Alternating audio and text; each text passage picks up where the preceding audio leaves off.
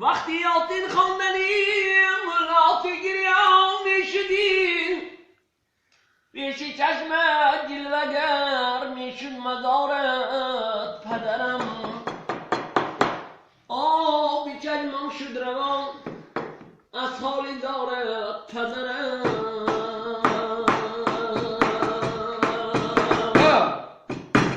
وقتی یاسین خواندنیم ملات گریان میشدیم وقتی یاسین خواندنیم ملات گریان میشدیم پیشی چشمت جلوگر میشد مدارت پدرم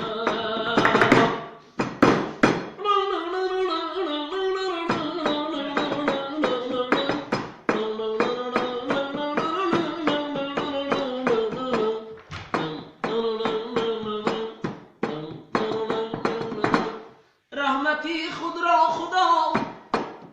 بر مؤمنان ارزانی کرد امتی از مصطفی خالی نماند پدرم امتی از مصطفی خالی نماند پدرم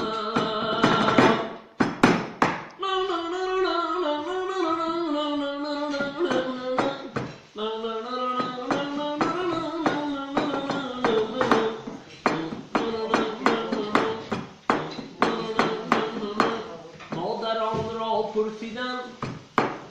افعی گناهت گفتم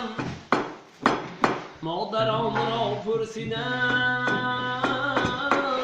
افعی گناهت گفتم وای بر حالی کسی یک بار نگوید پدرم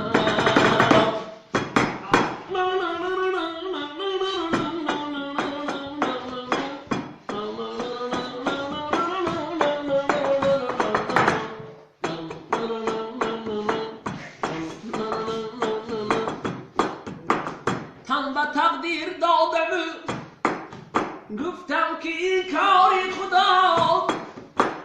تن به تقدیر دادم گفتم که این کاری خدا پس پناهت بر خدا تا روز محشر پدرم پس پناهت بر خدا تیخا بوده نشا بدیمی پس پناهت بر خدا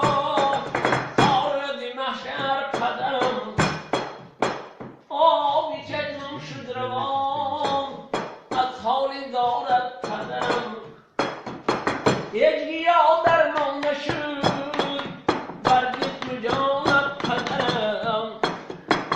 پس پناهی دیقانی عجب سنده بر خدا رو ارباشان تربیت کنند تا روز محشر پدرم رحمت